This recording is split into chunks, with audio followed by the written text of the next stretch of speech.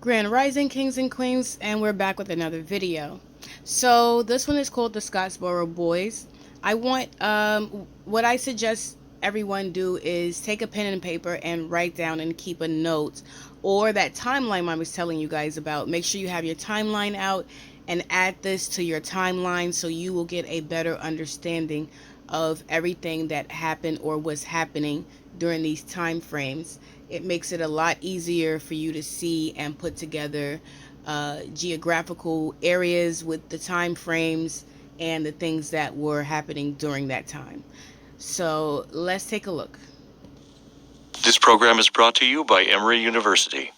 Again, you can't understand unless you've got the context of the Great Depression. You have folks riding the rails looking for work just because they can't afford to, I'll go find this job here. So they're just hopping on a train and riding in, trying to find work wherever they can find work. Well, what happens in the Scottsboro case is you have 9 black teenagers, and some of them get in a fight on the train with a couple of white guys. The train stops in Scottsboro, because this fight has broken out. As they're getting off the train, as the sheriff's folks are there, the white guys get off, the black guys get off, and then 2 white women get off. And the townsfolk are looking around going, oh. And the white women, because you've got black guys and white women in Alabama in the early 1930s, I believe 1932. It's like, whoa. And the women, Victoria Price and Ruby Bates, yell rape and say that these 9 black teenagers raped them. The town immediately took the 9 kids, hauled them in jail. There was a 1-day trial for these 9 kids that ranged from the age of like 12 or 13 to 17, known as the Scottsboro Boys. In this trial, Victoria Price described a horrific rape. Well, the problem was that the doctor who had examined these women said, there's no evidence of rape here. But that didn't stop the jury. The doctor now didn't testify that there was no evidence of rape, but it was very clear that he knew there was no evidence of rape, and he had told folks there was no evidence of rape. These 9 black teenagers were convicted, and rape was an executable offense in the 1930s. And so in a 1-day trial, 8 of them were sentenced to die in the electric chair. The youngest was sentenced to life imprisonment in an Alabama prison. Now, there are multiple problems with that story. One, Ruby Bates, one of the women who had yelled rape, recanted, said it didn't happen. Now, let me tell you what really happened here. We're prostitutes. And the Mann Act, the Federal Mann Act, says that we were afraid of because you can't cross state lines for immoral purposes. And since we crossed over out of Tennessee into Alabama, we were afraid that we might get brought up on federal charges. So we were just trying to protect ourselves. And so we just said, rape. Another part of the problem was that first the Communist Party's legal wing hopped in there and took this case up to the Supreme Court to try to protect the Scottsboro Boys. Then the NAACP hopped in it. But a major Supreme Court decision was the Powell v. Alabama decision that came after this. Because think about this. You're on trial for your very life for a crime that never happened. Your court-appointed attorneys, one is the town drunk. I believe at the time he may have had a blood alcohol level of 0.2. Lit. The other attorney in a capital case is probably in about the 4th stages of senility. So one of your attorneys is senile, looking for butterflies, and the other one is drunk, seeing butterflies. Now, the Supreme Court, even the Supreme Court in the 1930s went, really? No, come on. Come on. This is just too much even for us. and they remanded the case. They kicked the case back down. Now, you got to try these fellas again. Well, what happens now that they've got a real legal team is that they began to construct the train and found out that many of the Scottsboro boys weren't even in the same car as the women. So how can a rape happen if the guys aren't in that car? They were convicted once again. Case goes back up to the Supreme Court. By the time there were so many egregious constitutional errors in this case that by the time the Scottsboro case is done, and eventually they start getting let out one by one by one by one, it took first 18 years for the last one. Imagine being in prison, in an Alabama prison. You are 17. You get out when you're 35 for a crime that never happened. A crime where one of the women has recanted. A crime where the evidence demonstrates that you couldn't have done this thing. How many times in history have we seen this? How many times?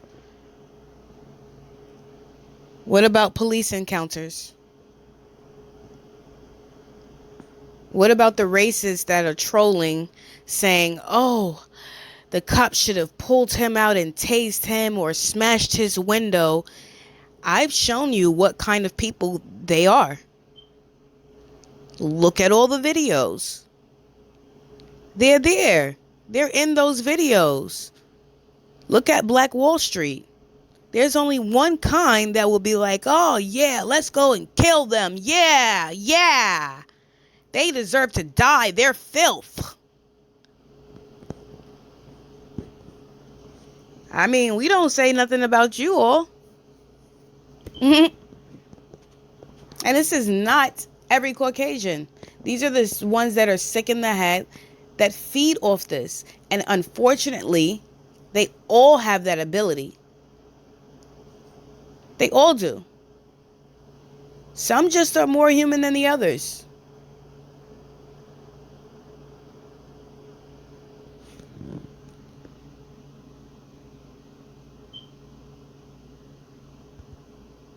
State refusing to extradite a convicted felon back to Alabama because Michigan looked up and said, this is wrong. This is just wrong.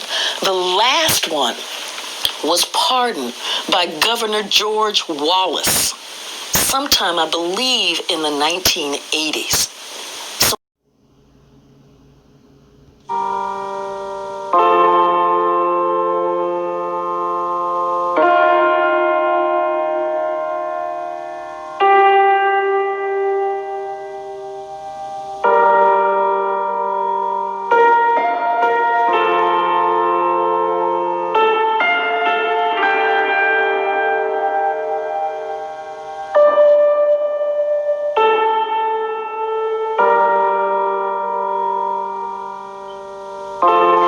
In the early 1930s, amidst the Great Depression, people were illegally riding freight trains in hopes of finding work. On March 25, 1931, aboard a train traveling between Chattanooga and Memphis, Tennessee, were several white and black youth.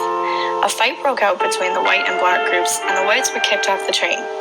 The young white men reported to the nearest station master what they described as an assault by a gang of blacks. The station master notified ahead, and the freight stopped in Paint Rock. Here, 9 of the blacks were stopped by dozens of armed men and taken to Scottsboro jail. Amongst those on the train were 2 white women, Victoria Price and Ruby Bates. Fearful of being charged with vagrancy due to their failure to purchase a train ticket, the 2 women accused the prisoners of rape. Clarence Norris, Olin Montgomery, Hayward Patterson, Ozzie Powell, Willie Robertson, Charlie Weems, Eugene Williams, and brothers Andy and Roy Wright, soon known as the Scottsboro Boys, were tried in April 1931 for Victoria Price and Ruby Bates' accusation of rape. Scottsboro. Again, you can't understand unless you've got the context of the Great Depression. You have folks riding the rails looking for work just because they can't afford to, I'll go find this job here. So they're just hopping on a train and riding in, trying to find work wherever they can find work.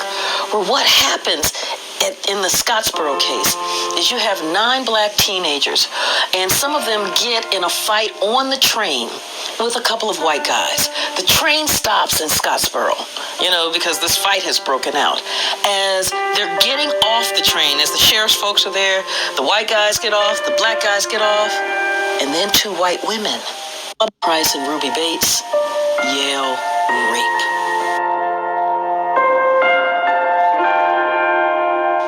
The trial of Clarence Norris and Charlie Weems would be the first on April 6, 1931, only 12 days following the boys' arrest. During the jury's deliberation, the second trial was already underway. The first jury deliberated less than 2 hours before returning with a guilty verdict and imposing the death sentence on both Norris and Weems. The courtroom erupted in loud excitement, one that could be heard by the second jury for the following trial of Haywood Patterson.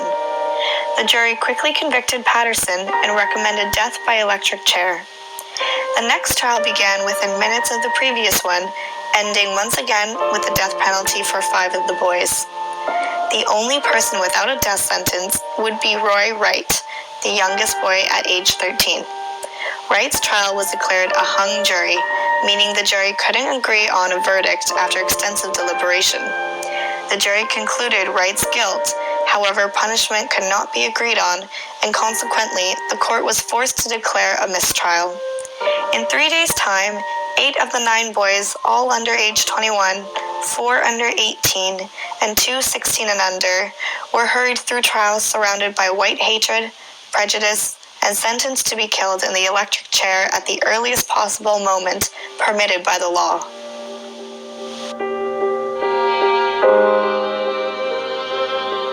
Not only was the courtroom judge, Alfred E. Hawkins, described as one big smiling white face, but notably according to the defendant, Clarence Norris, he let it be known that we were guilty and a trial was a waste of time and money. For each trial, all white juries were selected.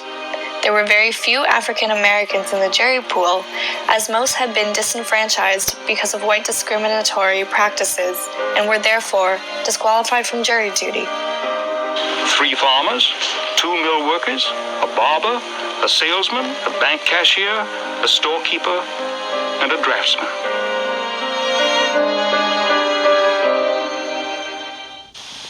The judge had ordered the Alabama bar to assist the defendants, and the only attorney who volunteered was a 69-year-old who had not defended a case in decades named Milo Moody. Alongside Moody was Stephen Roddy, a Chattanooga, Tennessee real estate lawyer whom the judge persuaded to assist Moody.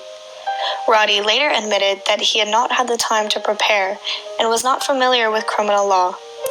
Moody was also frequently prone to forgetfulness, and Roddy often appeared incapacitated due to heavy drinking. The defense lawyers quickly demonstrated their ineffectiveness in several ways. They expressed a willingness to have all 9 defendants tried together, despite the prejudice such a trial might cause to the youngest, Roy Wright. The prosecution feared that a single trial might constitute reversible error and decided to try the boys in groups of 2 or 3. The defense offered only the defendants themselves as witnesses, and their testimony consisted of rambling, sometimes incoherent, and riddled with evident misstatements. No further closing arguments were offered by the defense attorneys, and a local editorialist described the state's case as almost perfect. In a 1977 interview, he recalls what happened on that train 60 years ago. The police was surrounded when this train reached there with a mob, all white.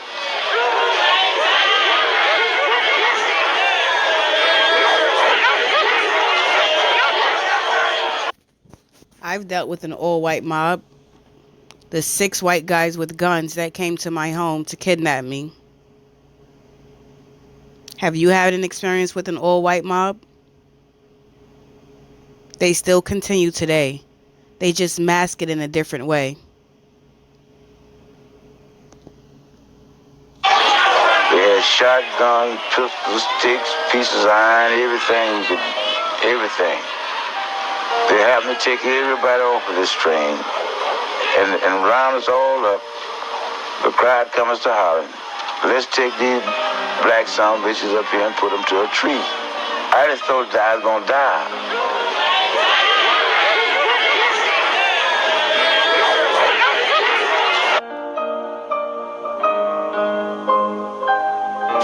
Lynching refers to the commonplace practice in which a lynching mob served as the judge, jury, and executioner of prosecuted individuals, primarily African Americans.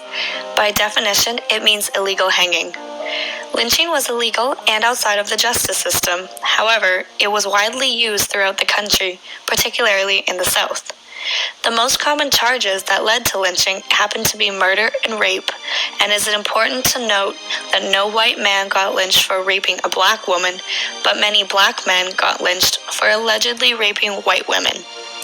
In the Scottsboro case, when... Did you hear what she said? No Caucasian men were convicted for raping black women.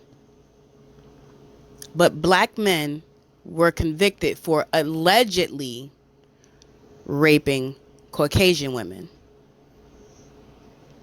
I mean, what else do we keep needing to point out that this was all set up by them? The 9 black men were accused of gang raping the 2 white women. The case was tried solely on the basis of the testimony of the women.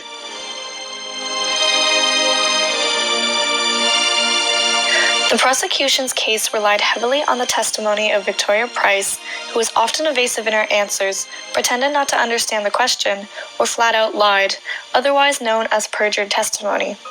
The defense attempted to cast doubt upon Price's credibility with the line of questioning her history of prostitution, which she promptly denied. Another lie. Price would carry the courtroom's sentiment with her. She would often play up to it and crack jokes that would have the entire room in laughter. Ruby Bates, on the other hand, was found by the prosecution to be a weak witness. This was due to the fact that she could not make her testimony fit with the positive identification of the boys and the account of events as told by Price on the stand. The minutes of the trial show that Price was the only alleged eyewitness of the group on the train that testified at great length, leading to the wrongful conviction of the Scottsboro boys.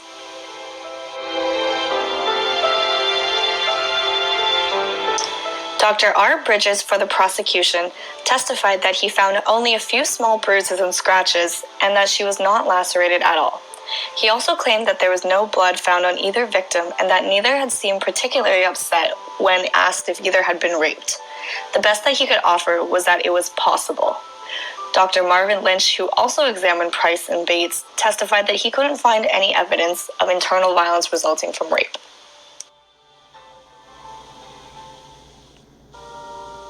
When on the stand, almost all the boys denied taking part in the crime. However, Clarence Norris shocked everyone when he announced in his testimony that every one of them had something to do with the girls before they put the white boys off the train. He claimed a gang rape had taken place, but he was the only one not involved. Norris later testified, "We was scared and I don't know what I said. They told us if we didn't confess they'd kill us, give us to the mob outside." This is common in the criminal justice system, particularly on the part of the police. This is an example of a false confession elicited by intimidation tactics, coercion, and aggressive police. She said this was used by the police. I'm not stating it. Well, I mean, I am. Not at this moment. I didn't just state it. She did. So this is their video. I'm just sharing these things that have already been out there, that have already been proven 1,000,000 times over, that has already been documented.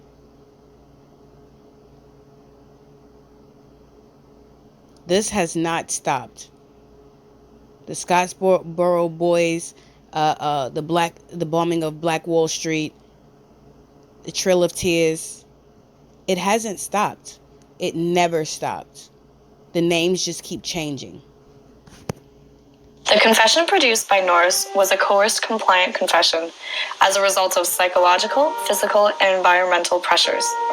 A suspect may falsely confess to achieve an immediate goal such as ending interrogation or less punishment, as seen with Norris.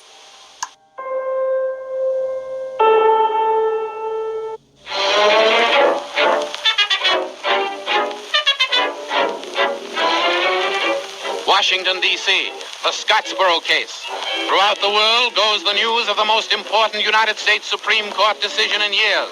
The order for a retrial of the 7 Negro youths recently tried on charges of assault and condemned to death by an Alabama court.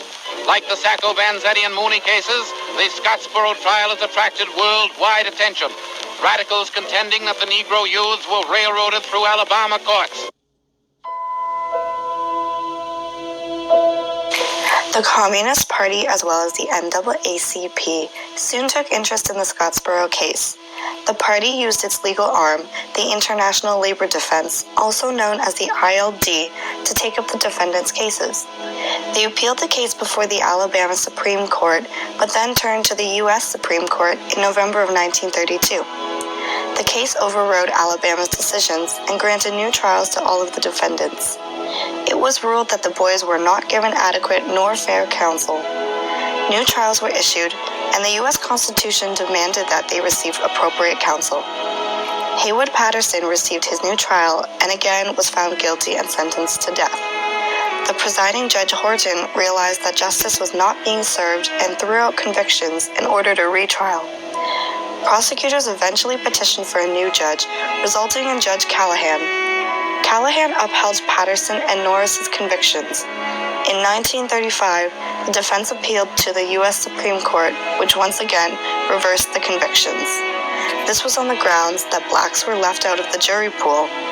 After this, Alabama had to include black citizens when choosing the jury. The retrial included 11 white men and 1 black man. Eventually, in 1937, the majority of the Scottsboro boys had their charges dropped, although all of them had served 6 years in prison. A grand total of 104 years collectively were spent imprisoned.